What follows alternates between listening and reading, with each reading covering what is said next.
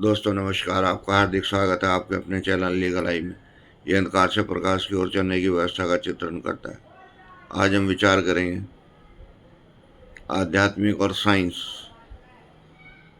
दोनों के कॉम्बिनेशन की क्यों आवश्यकता है। विज्ञान शरीर के उन अंगों को वैज्ञानिक दृष्टिकोण से टूल्स में परिवर्तित करता है और आध्यात्मिक उसकी सोच को डेवलप करता है।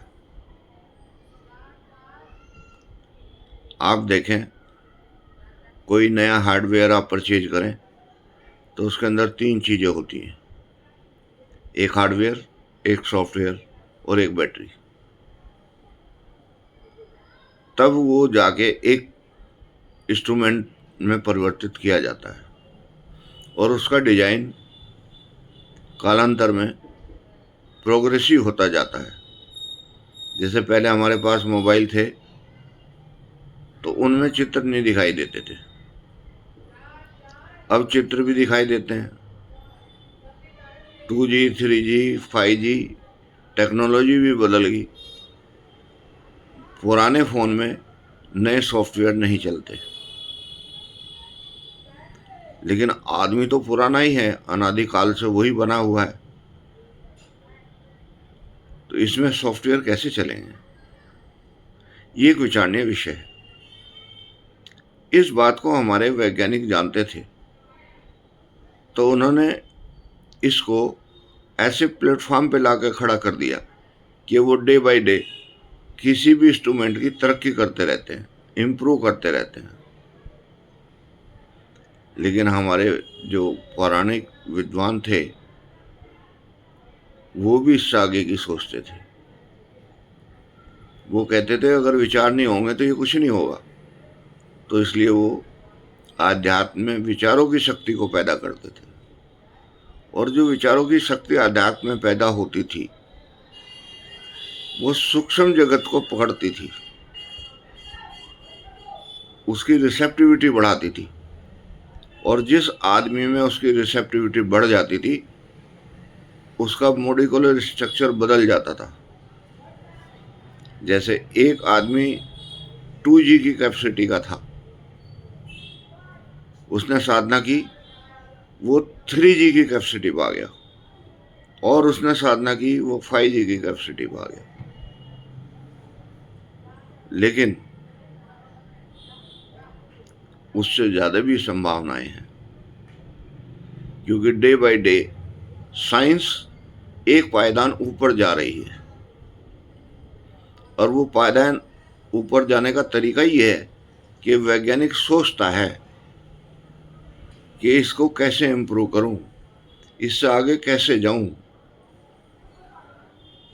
और जाने के लिए इसके पास वास्तविकता तो यही है कि जिस शब्द को हम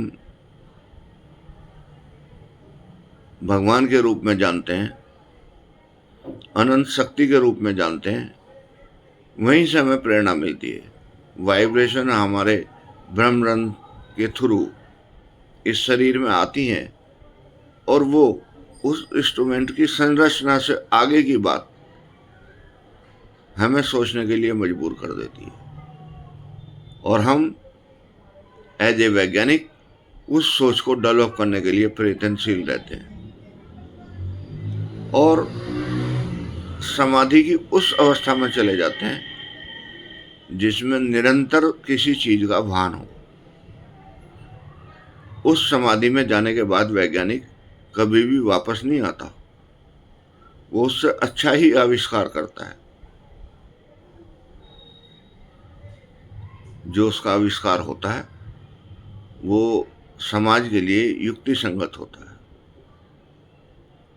लेकिन अगर आध्यात्मिक दृष्टिकोण से देखें, वो सोच विचार ना बनाए तो वो कभी भी इंस्ट्रूमेंट नहीं बना सकता। मन की जो शक्तियां हैं वो ईश्वर प्रदत्त हैं। अभी कोई ऐसी इंस्ट्रूमेंट नहीं बना कि आदमी के सर के साथ लगा के दूसरा दिमाग तैयार कर दें। हाँ, इसके दिमाग को एफिशिएंसी के लिए टूल्स बहुत दे दिए साइंस ने, लेकिन विचार तो फिर भी आध्यात्मिक से ही आएगा, ईश्वर की शरणागति से ही आएगा।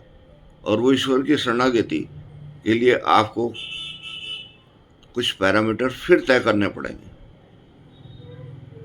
अपने मस्तिष्क को आराम देना पड़ेगा, निरंतर प्रयत्न करने के लिए ध्यान करना पड़ेगा, जाप करना पड़ेगा, समर्पण करना पड़ेगा, प्रार्थना करनी पड़ेगी। और जब इस प्रक्रिया से निकलेंगे तो आपको एक नया सवेरा दिखाई देगा। इसको अभ्यास करने के लिए आपको किसी और चीज़ की आवश्यकता नहीं है, बस जो पौराणिक तथ्य हैं उसी में अपने मन को शांत करके जीवन व्यापन करना है और आनंद की अनुभूति लेनी है। नमस्कार।